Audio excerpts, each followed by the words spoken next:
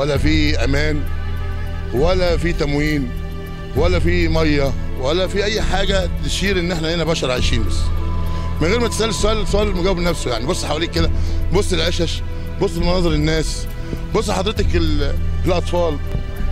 احنا رصدنا النهارده بفضل الله سبحانه وتعالى في منطقه عزبة سكينة عديد من المشاكل، اهمها الصرف الصحي، اهمها عوده الامن والامان للمواطن، اهمها مفيش مركز صحي ليهم، مفيش مركز شباب.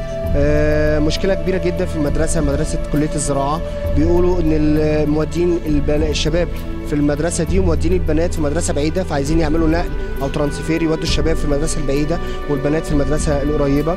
رصدنا مشاكل تانية في الصحه، في ناس كتير يعني منهم معاق ومنهم ذوي الاحتياجات وللاسف الشديد لم يتم الاعتناء بيهم.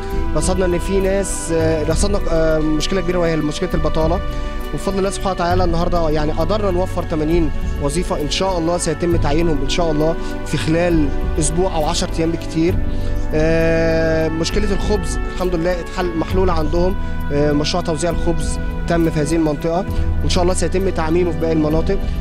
مشروع اناره الشوارع بالتعاون مع المحافظه الحمد لله دلوقتي مفيش لمبه في عزبة سكينة مطفيه. المشاريع دي تم القاء ضوء عليها وتم حصرها والقضاء عليها بالكامل في حته اسمها نادي الصيد، والنهارده احنا جايين في عزبة سكينة عشان يتم رفع هذه المشاكل وباذن الله تنتهي وتتحل زي نادي الصيد باذن الله. طب ايه من المشكلات دي حضرتك كاعضاء برلمانيين تم معالجتها او تم مناقشتها في مجلس الشورى؟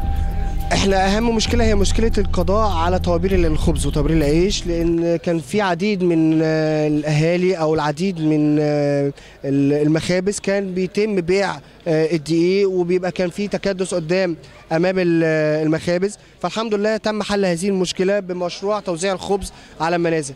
المشروع اللي جاي بعد كده ان شاء الله هو مشروع ازاله القمامه، مشروع رصف الطرق، واحنا عندنا خطه دلوقتي من يوم 28/4 موجوده في المحافظه وتوزعت على الاحياء، كل حي هيتابع، كل نائب فيه هيتابع رصف هذه الطرق، ولكن قبل ما نرصف الطرق بنشوف اذا كان في صرف صحي المفروض يتعمل، المفروض يبقى في غاز يتعمل، المفروض يبقى في كهرباء تتعمل، قبل ما نرصف نرجع نكسر تاني عشان ما نقعدش نعيد من الاول تاني.